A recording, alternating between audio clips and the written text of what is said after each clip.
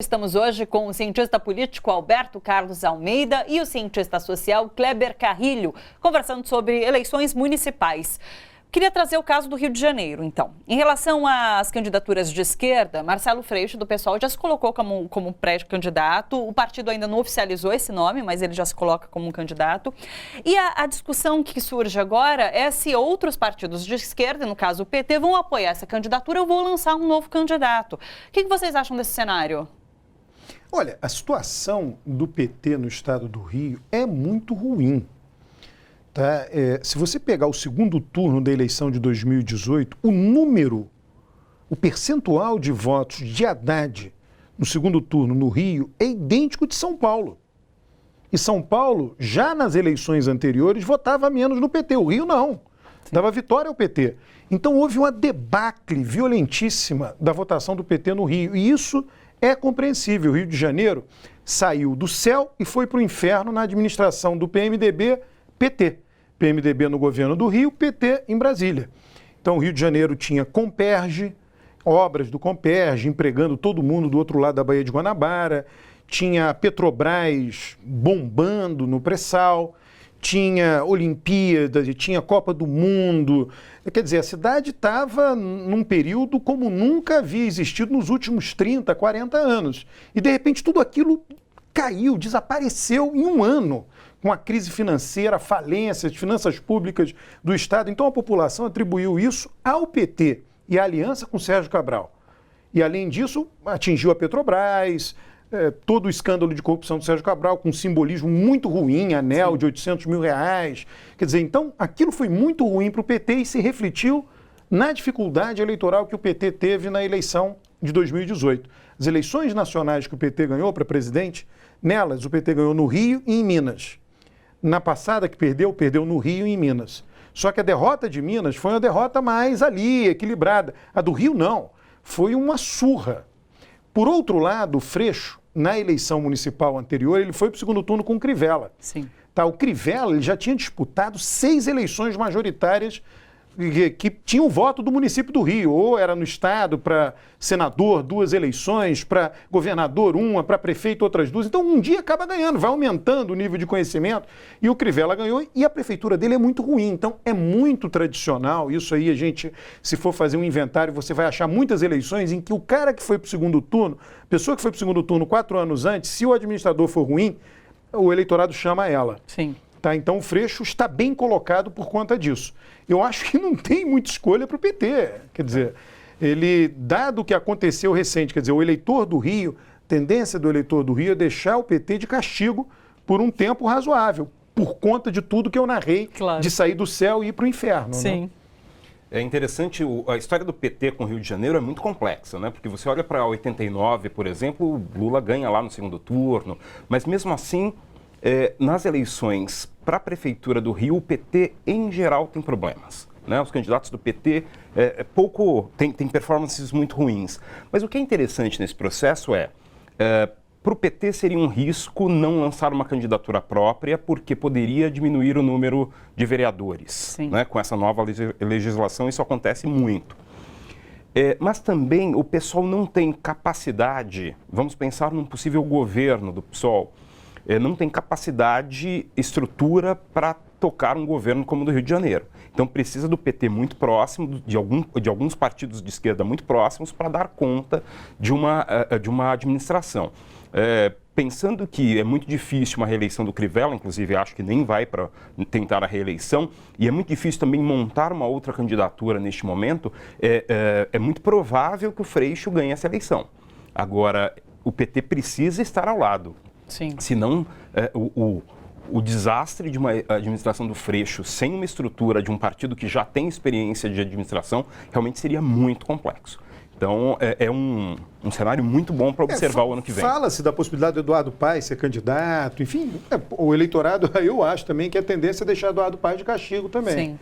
Agora vai ser muito curioso caso Marcelo Freixo seja eleito e com uma estrutura, de repente, de partidos de esquerda lá, num estado governado por Wilson Witzel, que tem uma política que é totalmente contraditória àquilo tudo que Marcelo Freixo defendeu na história dele como político. O que acontece é o seguinte, o Marcelo Freixo sabe que ele é uma candidatura competitiva. Tanto é que foi lá naquele programa conversar com a Joyce. Sim. Né, que foi criticado nas redes, etc. Ele está fazendo certo, quer dizer, ele já tem o terreno dele muito claramente marcado. Então, agora, todos os movimentos do Marcelo Freixo são na direção de ir para o centro. Ele moderou a retórica dele, ele tem sido muito menos pessoalista, muito menos radicalizado, porque ele já está mirando na eleição do ano que vem. Ele diz, o eleitor de esquerda eu já tenho, do município do Rio, agora eu tenho que ter o eleitor de centro. E o que eu faço para ter o eleitor de centro? Eu tenho que conversar com a Joyce. Né? Eu tenho que mostrar que eu sou moderado. Então ele já está caminhando para isso. Eu não vou me surpreender se ele tiver alianças ao centro, até eventualmente, quer dizer, o Eduardo Paes colocando, quem sabe, não abre mão, apoia ele. Várias coisas dessa natureza podem acontecer. Todo mundo se conversa. Sim. E nesse momento está todo mundo conversando. Até porque existe uma esperança no PSB por uma outra candidatura que chega próximo à esquerda, que é do Alessandro Molon, né? Que é uma candidatura que se mostrou um pouco inviável na última eleição, mas que pode ser interessante neste momento. Então o Freixo, se não fizer esse exercício, ele realmente pode perder para um novo nome ou para um nome já experimentado, mas que não teve sucesso, como o Molon. Então é algo que a gente precisa observar com... E é muito interessante ver esse movimento mesmo, porque você olha até a forma de falar do Marcelo Freixo, como você estava dizendo, tem sido mais tranquila, mais sossegada, explicando, ele está com um tom professoral, né? E isso é muito interessante para ganhar esse centro. E Freixo que, inclusive, não teve tempo de TV nas eleições de 2016, ele usou muito das redes sociais. Vocês acham que isso, inclusive nessas eleições, vai ser uma prática muito comum de usar bastante as redes? Não, todo mundo está fazendo, quer dizer, na verdade o seguinte, né? Antes era só a televisão, agora a televisão divide com outras maneiras de se comunicar. Então tem a televisão, ela está mantida, tem o rádio, está mantido, agora tem YouTube, tem... Né? Então todas as redes sociais estão no jogo agora. Sim, mesmo com as regras um tanto quanto ainda nebulosas, que é o caso do WhatsApp. Mas olha, é interessante, a regra é nebulosa, você só pode gastar na campanha, aquela coisa toda. Hoje tem muita gente gastando para aumentar o número de seguidores nas redes existentes. Instagram, Facebook, você está gastando para isso, fazendo aquilo que você está fazendo. Aí aumenta. Quando chegar na eleição, quem está fazendo isso hoje vai tentar converter aquilo em votos. Só que ele não está dizendo isso hoje, ele está tratando de temas públicos gerais, mas mirando numa eventual candidatura do ano que vem. Então isso é legal? É difícil, né? Quer dizer, o mundo se tornou mais aberto, mais livre, você não segura essas coisas, né? Para regular, claro. Só para a gente finalizar, o que vocês esperam num contexto do Brasil todo? Vocês acham que a direita vai continuar com uma força grande? A gente vai ter uma guinada progressista? O que vocês esperam? Está longe, né? É difícil dizer. Futurologia, pessoal. O que acontece em eleição para prefeito é que todo mundo olha São Paulo, o município de São Paulo. Então tem dois resultados, o município de São Paulo e os demais. No fundo é isso, né? E aí tem uma continha, quem ganhou mais capital, quem ganhou mais prefeitura, né? Mas o grande sinal vem do município de São Paulo e ele é o que será interpretado. Né? E nessa situação, né, não está claro o que vai acontecer com o PSL, não só por conta dos atuais conflitos dentro do partido, mas quem é que manda no partido de São Paulo, a Joyce ou o Major Olímpio? Né? Depende de quem manda, né? E eles vão se compor ali, porque se um manda e o outro mina, né? Pode não ir longe uma coisa dessa. Né? E por outro lado, hoje colocado com alguma chance, com uma cara de candidatura competitiva, é o Márcio França. Tá? Então é difícil. Vai que o Márcio França ganha a eleição. Como é que vai ser interpretado? Ganhou a esquerda não petista. Então a eleição presidencial apontou na direção da esquerda. É um progressista, enfim. Quer dizer, é difícil. É difícil. Kleber? Eu acho que esse é um momento interessante para a gente observar, até porque, embora a gente leve para o aspecto nacional, a gente queira fazer essa discussão, nos municípios em geral, a eleição é definida por asfalto, por UBS, é lógico. Então, assim, nós teremos, sim, uma possibilidade de uma reconstrução de uma parte da esquerda, que sofreu muito nos últimos anos, mas claro que vai haver alguma ação da presidência da República no PSL ou fora do PSL para influenciar as eleições nos municípios, isso com certeza. Eu acho que todos os grandes, PT e PSL, os dois maiores no momento, não é isso?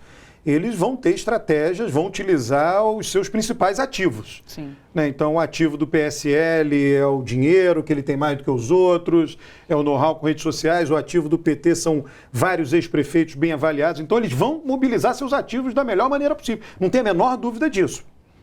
Sim. Sabendo disso tudo, vamos aguardar ficar mais perto, então, dessas eleições para ver como muda o cenário. Muito obrigada pela participação de vocês, pessoal. Que agradeço. Obrigada demais. Olha só, você que curte a TVT e quer contribuir com a gente para que a nossa programação chegue cada vez mais longe, se inscreva no nosso canal do YouTube /Rede TVT e torne-se membro. Ou então faça a sua contribuição em nosso Catarse. É só acessar catarse.me/TVT. A gente agradece.